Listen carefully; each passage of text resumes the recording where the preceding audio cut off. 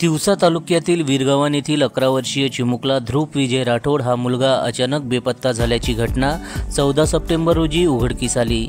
या घटनेमुळे गावात भीतीचे वातावरण पसरले होते। या प्रकरणी नातेवाईकांनी तक्रार केल्यानंतर कुर्रा पोलीस ठाण्यात अपहरणाचा गुन्हा दाखल करण्यात आला होता। परंतु मिळालेल्या माहितीनुसार 4 ते 5 मित्र पोहण्याकरिता तलावात गेले होते। ध्रुव हा तलावात बुडाल्याचे पाहून सर्व मित्र तेथून पळून गेल्याचे समजते।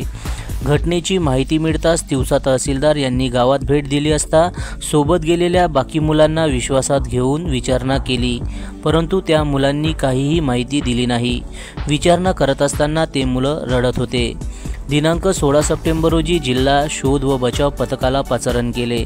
गावातून 3 किलोमीटर अंतरावर असलेल्या शेतातील शेततलावामध्ये शोध घेण्यास सुरुवात केली।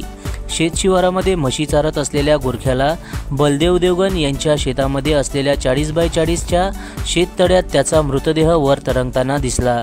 लगेच त्यांनी ही माहिती गावातील लोकांना व नातेवाईकांना दिली।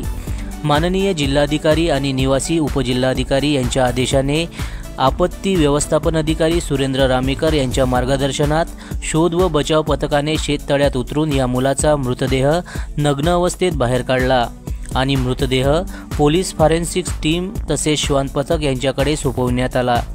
जनसमर्थन न्यूज, तिवसा, जिल्हा अमरावती।